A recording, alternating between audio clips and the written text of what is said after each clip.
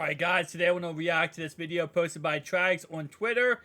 This is Lou giving a report card on Friday, starting with, of course, Tyson Anderson. So we're going to be stopping this through and kind of reacting to his statements and giving my opinions on everything. So let's go ahead and get right into it. Flash the other night, how did he play overall in addition to that, and how good was that to see after he'd been out for so long? Well, anytime you see a guy make a play on the football and then score on defense is great. So he had two of them, which is good to see, and certainly enough stuff that he's got to clean up in the other part of the game, but we were happy with what we saw. And I'll tell you right now, how he played Friday night, he's gotten that 53-man roster. Even if he plays, just good above average for the rest of these preseason games, he has done enough that listen, you score a touchdown on defense, I promise you he is being very passive about this because he had inside thinking. As he said, it's a very dark day to lose Jesse Bates and Von Bell. So when he sees players like that stepping up, players that, first off, let's be honest, do not cost that money for much money for the team, right? They step up and make a play like that. That's like a defense coordinator's wet dream. And honestly, I just saying the truth. Just saying the truth. Obviously saw Dax play, but not Nick Scott. What kind of challenges is it for Dax to be out there without maybe Nick? I don't think it's any really much difference. They're getting enough work in practice. Getting Dax a couple series to, he needs to play. He needs to play that position and get better at it. But no, they do enough with each other during practice, so I'm not worried about that. And which is something we actually heard a lot about from Jordan Battle, actually, was the communication. And it really comes down just to communication between the safeties and being able to, have that back and forth, right? Have that ability to, kind of learn, okay, well, he likes to do this. I like to do that. Well, yes, it's going to translate on the NFL field. Don't get me wrong. Play time together is always important. But it's also important to have that communication that they get in practice. So it's more important, I think, as he said, for Dax to get out there, especially because he hasn't been a starter yet. He's finally now getting the #1 reps with this defense. Nick Scott, well, yes, he has not been the craziest, he's not craziest veteran starter throughout the league. The last 3 years, he was a starter for 16 games for the LA Rams. So this does give him a little bit more time, where it's like he doesn't need as much starting reps as someone like Dax Hill does. You think he did, Dax? Dax did well. Yeah, I thought he was around the ball, made a nice range play that we know he can do, and still some things you got to clean up when he's closer to the ball in the box and be a little bit more physical at times, but I thought he did well. What did you guys see in Dominic Davis when you decided to sign him? A stout, strong guy that's hard to move. He was able to do a little bit of pass rush stuff the other day, which was great. He kind of forced that interception, had a great move on the guard, and the quarterback really couldn't see and just threw it, and Tyson was in the right spot. What do you like about Jordan Battle from Friday night? Again, another guy that's just getting his legs back underneath him. He didn't do much. He hasn't done much because he had a hamstring, so his legs were a little bit dead, and you can see it. He's got to continue to improve. He's got to tackle better, but he did do some good things. He was involved one of the long plays from a negative standpoint, and he's got to clean up his angle, and we had a bunch of those issues the other night. I actually did not hear anything about him having hamstring injury, so that's really interesting. Probably the first time I'm hearing about that. I know in OTAs he did look good, and he also looked good in rookie minicamp, and so far in training camp he hasn't gotten that much playtime. Makes sense now, because yes, it's probably then because of the hamstring injury. But hopefully now that he is back and healthy, that is awesome. And obviously I think Coach here is talking about the long run at the end of the game where it's an 80-yard rushing touchdown. And a couple players, not just Jordan Battle, a couple players really messed up that angle. And yeah, it is going to happen. Listen, Jordan Battle did not play perfect on Friday by any stretch of imagination, but he played pretty dang good. He had a couple good tackles, and he, of course, did have a couple good coverages. So I say for what you can expect out of a third-round pick for his first preseason game, I'm very, very happy with how he did. But again, listen, the mad scientist Lou here, he's going to be as critical as possible, and that's why he is as good as he is. How is Miles progressing as a pass rusher here at the NFL level? So far, so good. Again, I think a lot of those guys' first NFL game, we'll chalk it up to that. Hopefully we'll see, an improved group when they're out there all as one. But he's done better every day out here. He's getting better.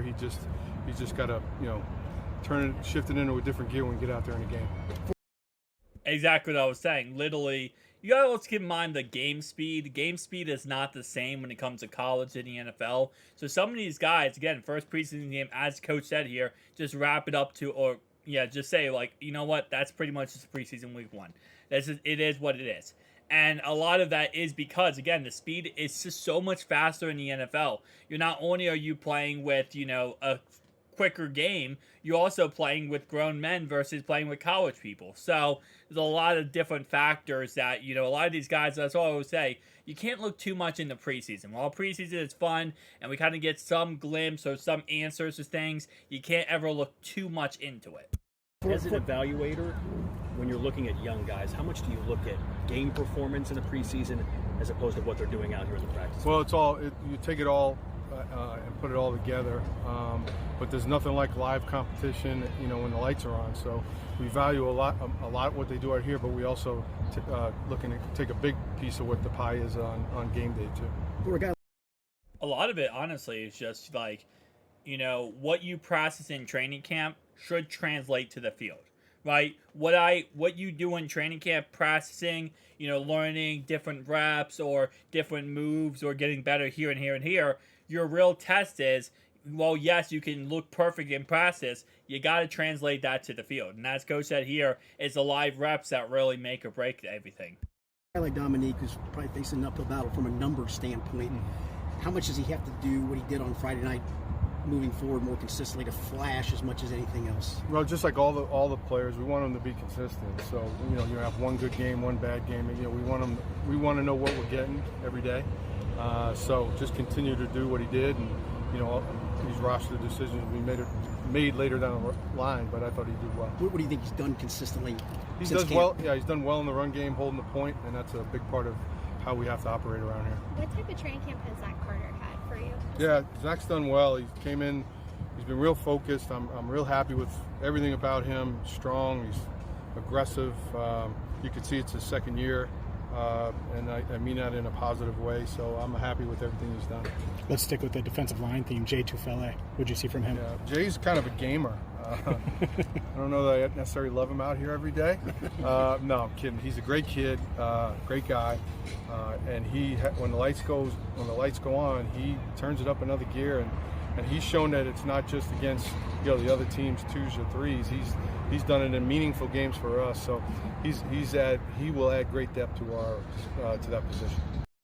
Honestly, I know we talked about him a lot in that last Friday night game versus the Packers because he kept making plays. He was like pretty much every time someone got the football, Jay was on that guy. He had that big tackle for a loss against the running back, I think twice actually. He was a monster. I definitely, I listened. It took me a little bit of time to learn how to say his last name, and already some of these guys, I'm still learning how to say the last name, okay? It took me forever just to get, Joseph Asai on the way, but it is what it is.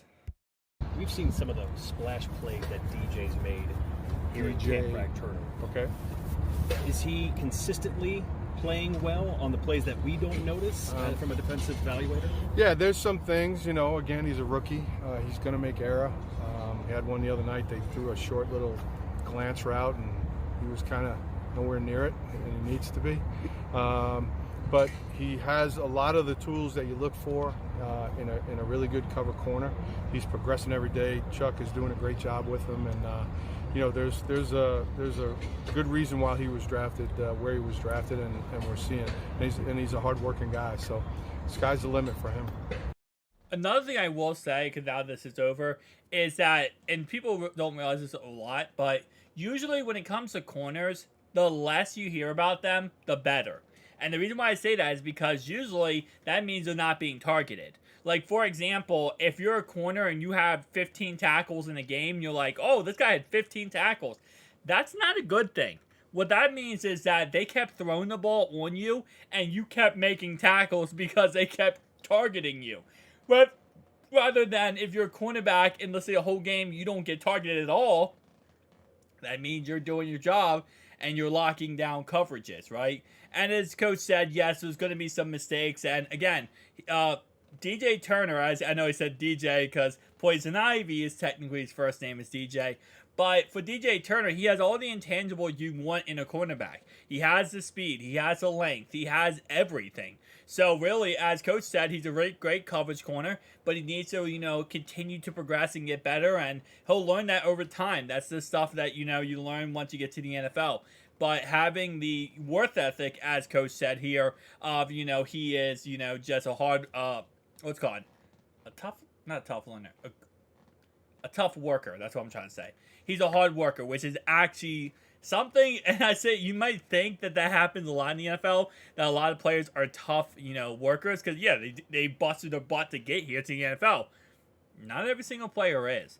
Not every single player is, I'm the first to arrive and last to leave type of player. But tell me down below your thoughts, opinions, guys. I'll see you guys in the next one. Peace.